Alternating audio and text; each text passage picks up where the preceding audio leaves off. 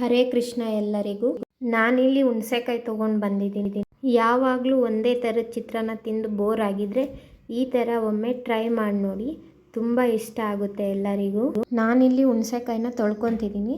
ಅದರಲ್ಲಿ ಧೂಳು ಇರುತ್ತೆ ಅಲ್ವಾ, ಆ ಧೂಳೆಲ್ಲ ಹೋಗೋವರೆಗೂ ಚೆನ್ನಾಗಿ ತೊಳ್ಕೊಂಡು ನಂತರ ಒಂದು ಪಾತ್ರೆ ತೊಗೊಂಡು ಆ ಪಾತ್ರೆಯಲ್ಲಿ ಹುಣಸೆಕಾಯಿ ಹಾಕಿ ಅದರಲ್ಲಿ ನಮಗೆ ಎಷ್ಟು ಬೇಕೋ ಅಷ್ಟು ನೀರು ಹಾಕಿ ಉಪ್ಪು ಬೇಕಾದರೆ ಸೇರಿಸ್ಕೊಳ್ಳಿ. ನಾನು ಸೇರಿಸ್ಕೊತಿಲ್ಲ ಇಲ್ಲಿ. ಈಗ ಬೇಯೋದಕ್ಕಿಡೋಣ. ಆಮೇಲೆ ಸ್ವಲ್ಪ ಹಸಿಮೆಣಸಿನ್ಕಾಯಿ ನಮ್ಮ ಹೊಲದಲ್ಲೇ ಸಿಕ್ಕಿತ್ತು, ಅದರದ್ದೆಲ್ಲ ತೊಟ ತೆಕ್ಕೊಂಡು ನಮಗೆ ಎಷ್ಟಕ್ಕೆ ಬೇಕೋ ಅಷ್ಟೇ ತೊಗೊಂಡು ಬಂದಿದ್ದೀನಿ ಇಲ್ಲಿ ಮೆಣಸಿನ್ಕಾಯಿ. ಮತ್ತು ಎಲ್ಲ ನೀಟಾಗಿ ಒಂದು ಬಟ್ಲಿಗೆ ಹಾಕ್ಕೊಂಡು ನೀರು ಹಾಕಿ ಚೆನ್ನಾಗಿ ತೊಳ್ಕೊಂಡು ಇನ್ನೂ ಒಂದು ಸರಿ ನೀರು ಹಾಕಿ ಚೆನ್ನಾಗಿ ತೊಳ್ಕೊತಾ ಇದ್ದೀನಿ. ನಾನಿಲ್ಲಿ ಚಟ್ನಿಗೂ ಗೊಜ್ಜಿಗೂ ಎರಡಕ್ಕೂ ಸೇರಿ ತೊಗೊಂಡಿದ್ದೀನಿ ಮೆಣಸಿನ್ಕಾಯಿ. ನಿಮಗೆ ಖಾರಕ್ಕೆ ಎಷ್ಟು ಬೇಕೋ ಅಷ್ಟು ತೊಗೊಳ್ಳಿ. ಮೆಣಸಿನ್ಕಾಯಿ ಸೈಡ್ಗಿಟ್ಟು ನಾವು ಆಗಲೇ ಇಟ್ಟಿದ್ದು ಹುಣಸೆಕಾಯಿ ಬೆಂದಿದೆಯಾ ಬೆಂದಿಲ್ವಾ ಅಂತ ನೋಡೋಣ ಬನ್ನಿ. ಇಷ್ಟು ಸರಿಯಾಗಿ ಬೆಂದರೆ ಸಾಕು.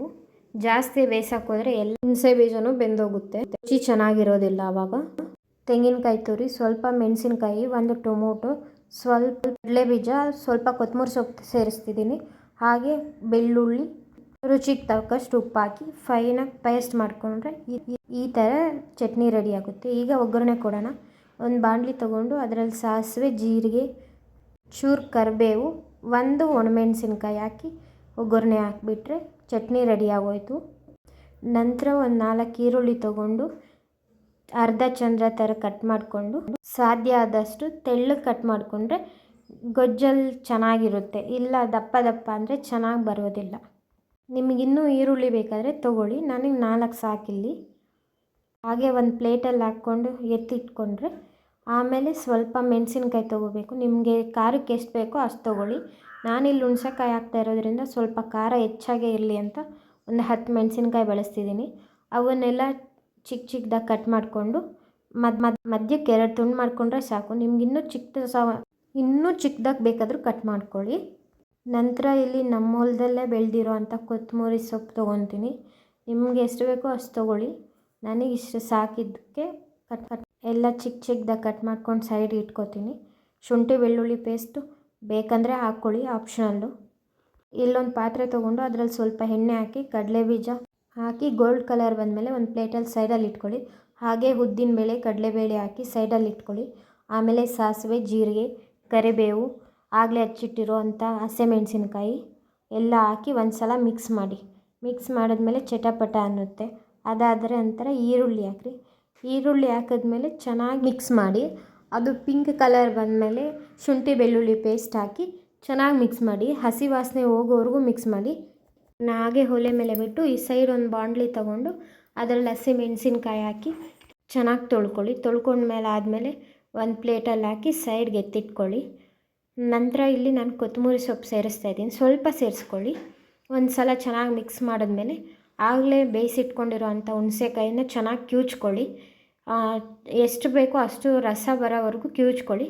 ನಂತರ ನಾನಿಲ್ಲಿ ಮನೆಯಲ್ಲೇ ಮಾಡಿರೋಂಥ ಅರಿಶಿನ ಹಾಕ್ತಿದ್ದೀನಿ. ನೀವು ಎಷ್ಟು ಬೇಕೋ ಅಷ್ಟು ಹಾಕ್ಕೊಳ್ಳಿ. ನಾನು ಸ್ವಲ್ಪ ಹೆಚ್ಚಾಗೆ ಹಾಕ್ತಿದ್ದೀನಿ. ಒಂದು ಕ್ಯಾರೆಟ್, ಸ್ವಲ್ಪ ಕೊಬ್ಬರಿ ಹಾಕ್ತಿದ್ದೀನಿ ಇಲ್ಲಿ. ಚೆನ್ನಾಗಿ ಮಿಕ್ಸ್ ಮಾಡಿ. ಚೆನ್ನಾಗಿ ಮಿಕ್ಸ್ ಮಾಡಿದ್ಮೇಲೆ ಸ್ವಲ್ಪ ಉಪ್ಪು ಸೇರಿಸಿ, ರುಚಿಗೆ ತಕ್ಕಷ್ಟು ಉಪ್ಪು ಸೇರಿಸ್ರಿ. ಉಪ್ಪು ಚೆಂದ ಮಿಕ್ಸ್ ಆಗೋವರೆಗೂ ಮಿಕ್ಸ್ ಮಾಡಿ. ನಂತರ ಆಗಲೇ ಕಿವುಚಿಟ್ಕೊಂಡಿರೋ ಹುಣಸೆ ಹಣ್ಣಿನ ರಸ ಹಾಕ್ಬಿಟ್ಟು ಚೆನ್ನಾಗಿ ಮಿಕ್ಸ್ ಮಾಡೋಕ್ಕೂ ಮುಂಚೆ ಸ್ಟವ್ ಆಫ್ ಮಾಡಿ ಮಿಕ್ಸ್ ಮಾಡಿ. ಇಲ್ಲ ಅಂದರೆ ಚೆನ್ನಾಗಿರೋಲ್ಲ, ಅದು ಟೇಸ್ಟೇ ಕೆಟ್ಟೋಗಿಬಿಡುತ್ತೆ.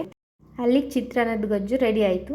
ಇಲ್ಲಿ ನಾನು ಬೋಂಡ ಮಾಡೋದಕ್ಕೆ, ಮೆಣಸಿನ್ಕಾಯಿ ಬೋಂಡ ಮಾಡೋದಕ್ಕೆ ಎಲ್ಲ ಕಡಲೆ ಹಿಟ್ಟು, ಅಕ್ಕಿ ಹಿಟ್ಟು, ಸ್ವಲ್ಪ ಅಜ್ವಾಯಿನ, ಸ್ವಲ್ಪ ಜೀರಿಗೆ, ಸ್ವಲ್ಪ ರುಚಿಗೆ ತಕ್ಕಷ್ಟು ಉಪ್ಪು, ಒಂದು ಚೂರು ಚಿಟಿಗೆಯಷ್ಟು ಸೋಡಾ ಹಾಕ್ಕೊಳ್ಳಿ. ಚೆನ್ನಾಗಿ ಮಿಕ್ಸ್ ಮಾಡಿ. ನಂತರ ಮಧ್ಯಕ್ಕೆ ಮೆಣಸಿನ್ಕಾಯಿ ಸೀಳ್ಕೊಂಡು ಒಂದು ಬಾಣಲಿಗೆ ಎಣ್ಣೆ ಹಾಕಿ ಎಣ್ಣೆ ಕಾಯೋದಕ್ಕೆ ಬಿಡಿ. ಕಾಯೋಷ್ಟರಲ್ಲಿ ನಾವು ಚಿತ್ರಾನ್ನ ರೆಡಿ ಮಾಡ್ಕೊಳ್ಳೋಣ. ಒಂದು ಬೇಸನ್ ತೊಗೊಂಡು ಅದರಲ್ಲಿ ಅನ್ನ ಹಾಕಿ ನಮಗೆ ಎಷ್ಟು ಬೇಕೋ ಅಷ್ಟು ಗೊಜ್ಜು ಹಾಕಿ ಚೆನ್ನಾಗಿ ಮಿಕ್ಸ್ ಮಾಡಿ.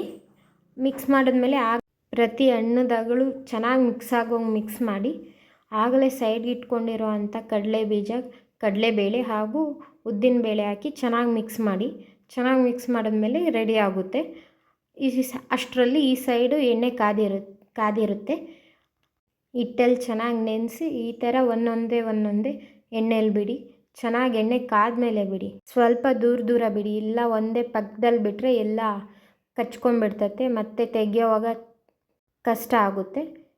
ಈ ಥರ ಕಲರ್ ಬಂದರೆ ಇನ್ನೊಂಚೂರು ಸಾಕು. ಈ ಕಲರ್ ಬಂದಾಗ ತೆಗ್ಕೊಬಿಡಿ. ಇಷ್ಟು ಕಲರ್ ಬಂದರೆ ಒಳಗಡೆ ಎಲ್ಲ ಚೆನ್ನಾಗಿ ಬೆಂದಿರುತ್ತೆ. ನೀವಿನ್ನೂ ಬೇಗ ತೆಗಿತೀವಿ ಅಂದರೆ ಅದರಲ್ಲಿ ಅಷ್ಟೊಂದು ಬೆಂದಿರೋದಿಲ್ಲ. ಮತ್ತು ಇನ್ನೊಂದು ಸರಿ ಆ ಥರನೇ ಮಾಡಿ. ನಿಮ್ಗೆ ಎಷ್ಟು ಬೇಕೋ ಅಷ್ಟು ಬಜ್ಜಿ ಹಾಕ್ಕೊಳ್ಳಿ. ಎಲ್ಲ ಈ ಕಲರ್ ಬಂದಾಗ ಮತ್ತೆ ಇಷ್ಟ ಆಗೋಗುತ್ತೆ. ನಾನಿಲ್ಲಿ ಜಾಸ್ತಿನೇ ಮಾಡ್ತಾಯಿದ್ದೀನಿ, ಯಾಕಂದರೆ ಮತ್ತೆ ಮಾಡೋದಕ್ಕೆ ಬೇರೆ ಕೆಲಸ ಇರುತ್ತೆ. ಅದಕ್ಕೆ ನಾನು ಒಂದೇ ಸರಿನೇ ಮಾಡ್ಕೋತಾ ಇದ್ದೀನಿ. ನಿಮಗೆ ಬೇಕಾದಾಗ ಮಾಡ್ಕೊಳ್ಳಿ ಆಯಿತಾ. ಈಗ ಟೇಸ್ಟಿಯಾಗಿರೋ ಹುಣಸೆಕಾಯಿ ಚಿತ್ರಾನ್ನ ರೆಡಿ ಆಗೋಯ್ತು. ಒಂದು ಪ್ಲೇಟ್ ತೊಗೊಂಡು ಸರ್ವ್ ಮಾಡ್ಕೊಳ್ಳಿ. ನಾನಿಲ್ಲಿ ಮಜ್ಜಿಗೆ ಚಟ್ನಿ ಜೊತೆ ಒಂದು ಹಪ್ಪಳ ಮಿರ್ಚಿ ಬಜ್ಜಿ ಜೊತೆ ಸರ್ವ್ ಮಾಡ್ತಾಯಿದ್ದೀನಿ. ಈ ರೆಸಿಪಿ ಇಷ್ಟ ಆಗಿದರೆ ಕಮೆಂಟಲ್ಲಿ ತಿಳಿಸಿ. ನನ್ನ ಚಾನಲ್ನ ಸಬ್ಸ್ಕ್ರೈಬ್ ಮಾಡ್ಕೊಳ್ಳಿ. ಹರೇ ಕೃಷ್ಣ.